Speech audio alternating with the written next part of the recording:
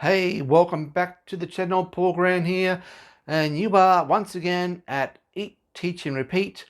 In the last couple of weeks I have kind of lost focus, and I apologize. I have lost focus and went the short route where everything went that way and everything was less than a minute, but there was some quality stuff there. People loved the koalas. I loved the koalas. It was great. Koalas are fun. They're really fun, they are. They are full of joy and happiness and chlamydia. Yeah, koalas have chlamydia. Who thought all that, sleeping and eating and, well, breeding and stuff. Hey, did you know that when you hit that subscribe button and ring that bell, you will be made aware of my future great content that I provide to you about teaching and other stuff I find interesting. Speaking of interesting, did you know that back in the day teachers had to live by certain rules? Well, guess what? We still have to live by rules, but some of these rules are downright doozies, and I'm going to take you back to 1872. Now, to do that, this just doesn't feel right. No, it doesn't feel right at all. It feels too modern.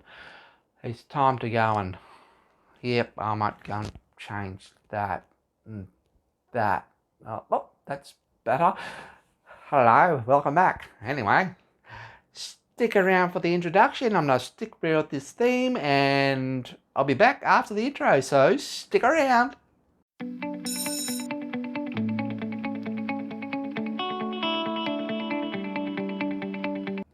Welcome back, and looking flash, we're looking old, we're looking really old and love this dirty film.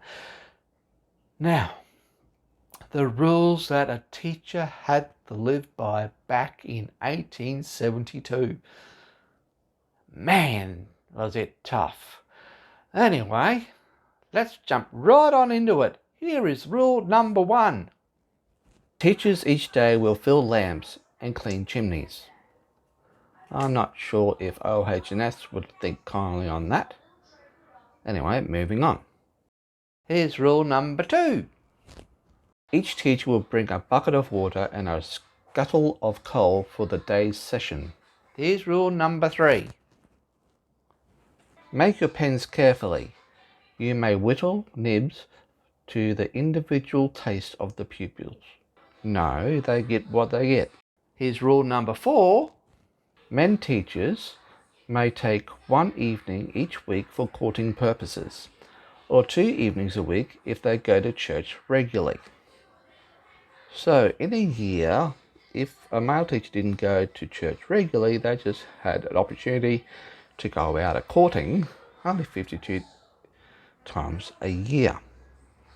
If they were going to church, they had 104 opportunities to go a courting and finding that special lady and proposing and marrying and etc. and happily ever after. Here's rule number 5. After 10 hours in school, the teachers may spend the remaining time reading the Bible or other good books.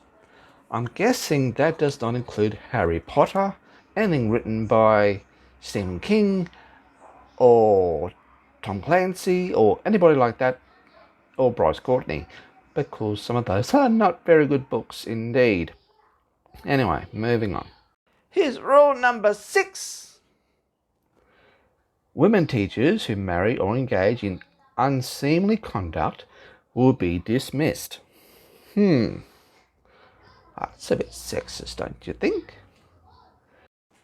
Here's rule number 7.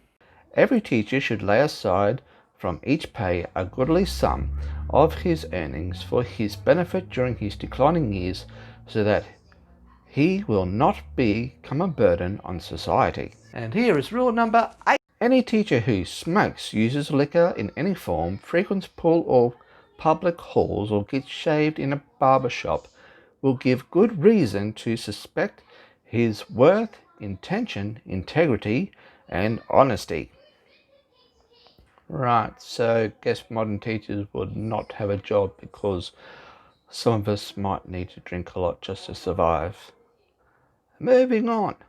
Oh, And rule number 9. The teacher who performs his labours faithfully without fault for 5 years will be given an increase of 25 cents per week in his pay, providing the Board of Education approves. Well, they were some freaky rules that a teacher had to live by. I'm glad that we have changed some of those, hey, fellas and ladies, isn't that right? Yes, otherwise there'll be a whole bunch of issues given to people. Anyway, if you want to find out what it was like to be a teacher in 1915, I suggest you come back in the next video where I delve into the rules that a teacher had to live by in 1915. Until then, do me a favour, do yourself a favour and hit the subscribe and hit the bell to be notified of future quality content given by me, your pal, Paul Grant. Now, I'm off to do stuff and you've probably got stuff to do as well. So, enjoy and, oh yeah, by the way, Merry Christmas. Bye now.